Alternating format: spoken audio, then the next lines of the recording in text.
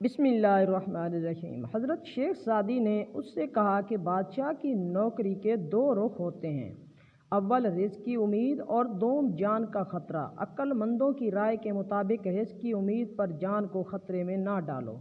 प्यारे बच्चों, पहले वक्तों में किसी को कोई भी हाजत दरपेश होती या कोई मुश्किल होती तो वो हाजतमंद कोई काम करने से पहले मशवरा लेने के लिए किसी बुज़ुर्ग के पास ज़रूर जाता था। इसी तरह एक गरीब अपनी गुर्बत की शिकायत लेकर हज़रत शेख सादी के पास गया और कहने लगा कि मेरे बच्चे ज़्यादा हैं और मेरी आमदनी का कोई ज़रिया नहीं है। अब मुझ में फाका की हिम्मत नहीं रही। कई मर्तबा ख्याल करता हूँ कि यहाँ से कहीं और चला जाऊँ, मगर यहाँ से चला गया तो मेरे बाद ये लोग मुझ पर ताना ज़नी करेंगे कि अपनी औलाद के मुताल्लिक़ ये कितना बेमुरव्वत निकला कि अपनी सहूलत और आराम के लिए अपने बीवी बच्चों को तंग दस्ती में छोड़ कर चला गया है। आप ही कोई मशवरा दें, आप तो इल्म हिसाब के माहिर हैं, मुझे किसी बादशाह की नौकरी में दे दें, आपका एहसान होगा। हज़रत शेख सादी ने उससे कहा कि बादशाह की नौकरी के दो रुख होते हैं, अव्वल रिज़्क़ की उम्मीद और दोम जान का ख़तरा। अक्लमंदों की राय के मुताबिक रिज़्क़ की उम्मीद पर जान को ख़तरे में ना डालो। उस शख्स ने कहा, ए शेख, ये मेरे सवाल का जवाब नहीं, आपको मेरे दुखों का अंदाज़ा नहीं है। जब मैं खयानत नहीं करूँगा तो बादशाह क्यों मुझ पर गुस्सा होगा।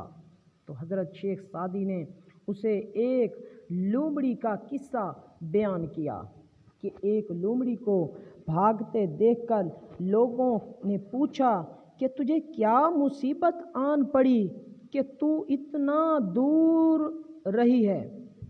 तो उसने कहा, मैंने सुना है शेर गो बेगार में पकड़ रहे हैं। लोगों ने कहा कि तेरी शेर से क्या निस्बत। लोमड़ी ने कहा कि चुप रहो, अगर हासदों ने दुश्मनी में कह दिया कि ये शेर का बच्चा है तो फिर मेरा क्या बनेगा और मुझे कौन छुड़ाएगा। ए दोस्त, बेशक तू दियानतदारी के साथ काम करे, मगर उन हासदों का क्या होगा जो बादशाह के सामने तेरी झूठी शिकायत करेंगे।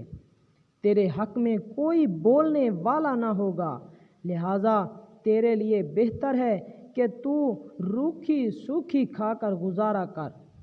बादशाह की मुलाजमत का ख्याल दिल से निकाल ले। शेख सादी की बातें सुनकर वो शख्स गुस्से में आ गया।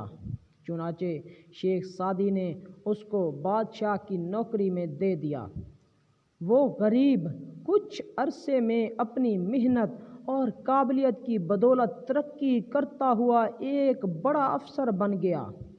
और फिर एक वक़्त ऐसा आया कि वो बादशाह के ख़ास मुकर्रब बंदों में शामिल हो गया।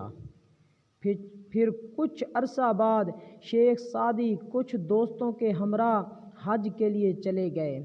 जब हज की सआदत से वापस लौटे तो वही शख्स फिर फटे पुराने कपड़ों में था।